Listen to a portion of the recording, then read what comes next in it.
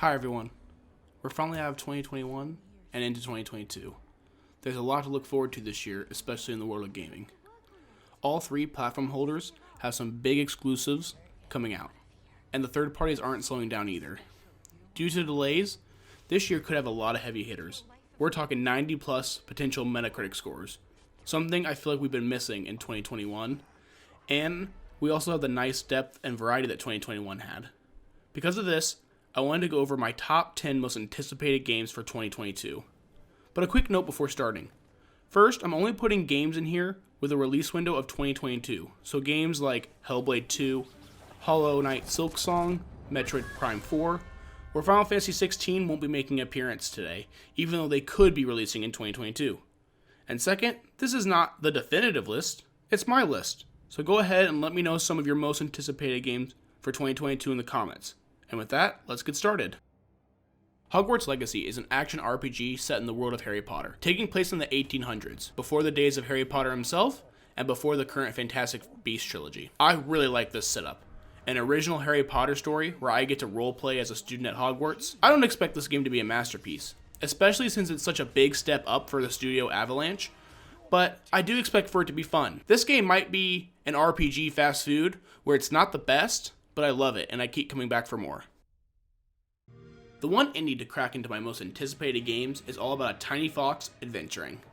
Stranded on a mysterious beach, armed with only your own curiosity, you will confront colossal beasts, collect strange and powerful items, and unravel long-lost secrets. Tunic, the Zelda-like isometric game, has me very excited. The art style is distinctive, and the game in general reminds me of Link's Awakening, one of my favorite Zeldas. It also has had time to bake in the oven. It was originally shown off in 2018, and the small indie team has been hard at work this whole time. I really think it's going to be a surprise hit in 2022. Sometimes nostalgia is exactly what you need to get hyped, and I have plenty of nostalgia for the Teenage Mutant Ninja Turtles.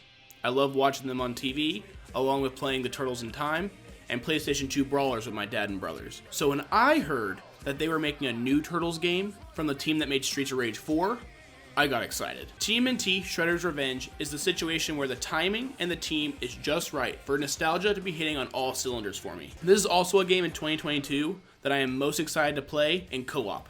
Something that I hope we get more of after It Takes Two's critical success. Shredder's Revenge is also only one of 2 AA games to make my top 10 for this year.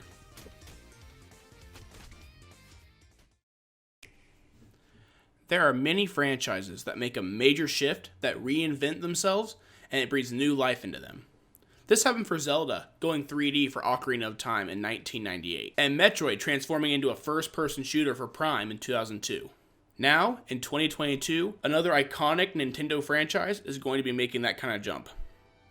Kirby and the Forgotten Land. In all seriousness, I am excited for Pokemon Legends Arceus, and it's a game that will probably get me to finally take the plunge into a Pokemon game, but I'm not nearly as excited for that as I am for Kirby and the Forgotten Land. It looks like they made a 3D Kirby game in the vein of Mario Odyssey with a Horizon Zero Dawn aesthetic. It's the one platformer that I'm really excited for in 2022, and I just can't wait to get my hands on it. Before I continue on to number 6, just a reminder that I'm excited for each of these final 6 games, and that it's just my list with my preferences. I still want to hear if you guys agree with me, and where you don't in the comments. Also, from here on out is where I'm on Game of the Year watch for 2022 with all these releases. Video game difficulty is a debate that keeps raging on even today, and it's going to pick up a lot in February, and I'm going to have to tell myself to get good, as the 6th entry is Elden Ring. From Software, developers of Dark Souls, Bloodborne, and Sekiro, have decided to grace this world with another new IP, and it's an open world this time. I really love the fantasy genre, and this is a game where lore, written by George R.R. Martin, entices me just as much as the gameplay. This is one where I know it's going to be a lot of people's most anticipated, and it's only a month and a half away, so it's in the prime hype season right now. So this is going to be top for a lot of people, but for me, it's just going to come in at number 6. The Legend of Zelda made the jump to 3D with Ocarina of Time, and then Nintendo reinvented the formula again when they released Breath of the Wild in 2017 alongside the Nintendo Switch.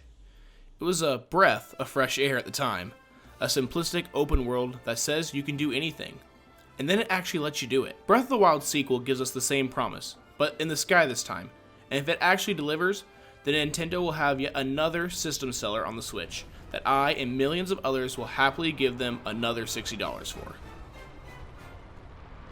Space, the final frontier.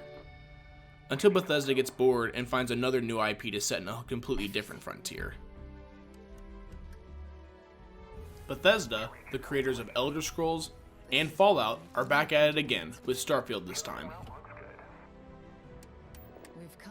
After a solid end to 2021, with new entries to the Forza franchise and Halo, two of Microsoft's heaviest hitters, they'll want to continue that momentum with console exclusives like the previously mentioned Tunic and Arcane's new project Redfall. Even with that, their biggest hitter of 2022 is going to be the first game that they'll get from $7.5 billion Bethesda proper. As a big fan of RPGs, I'm excited to see if Bethesda can make the genre shift from the fantasy of Elder Scrolls to this sci-fi setting and become the kings of Western RPGs once again. CD Projekt Red stumbled at the starting line of Cyberpunk, and BioWare only recently started turning the corner with the re-release of the Mass Effect trilogy. This opens the door for Bethesda to put the crown on once again. Before I get into my top 3, I just wanted to put up some honorable mentions for games that I'm really excited for, but they just didn't crack my top 10.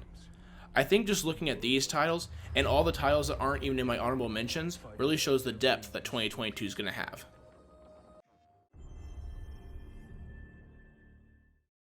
We all have our preferences, and I'm a story guy through and through. But for many, gameplay is king at the end of the day. And one game that really surprised me the first time I played it was Horizon Zero Dawn. The combat against these giant machines just reeled me in from the beginning and held me through my entire playthrough. And it helped me ignore some of the rough edges that the game had, like stiff character animations. I'm hoping that Forbidden West feels like a step up across the board from Zero Dawn. There appears to be a wider variety of the larger machine types and a wide variety of traversal options.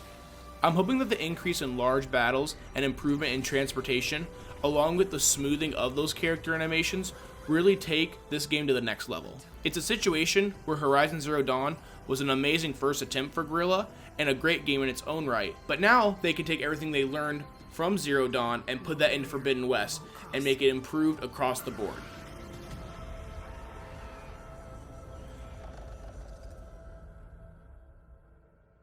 We all have different upbringings with video games.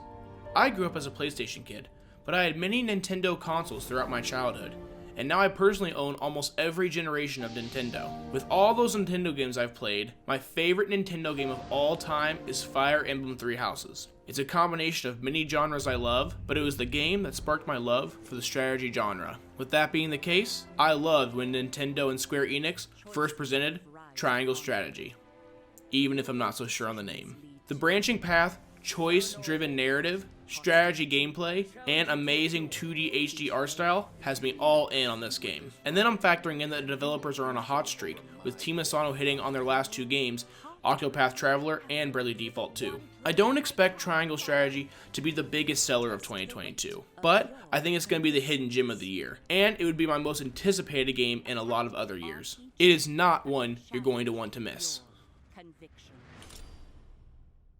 There can only be one way forward. I'm not really sure how everyone else reviews games, but it normally takes a lot to get a 10 out of me. I kind of like how IGN differentiates the difference between a masterpiece and an amazing game being a 9 out of 10, but I understand there's a lot of room for interpretation on what's a 10. I have given 5 games the coveted score of 10, and one of those games just happens to be getting a direct sequel this year. God of War 2018 is a masterpiece, and it's one of my 2 favorite games of all time. It's one of those games that's the total package.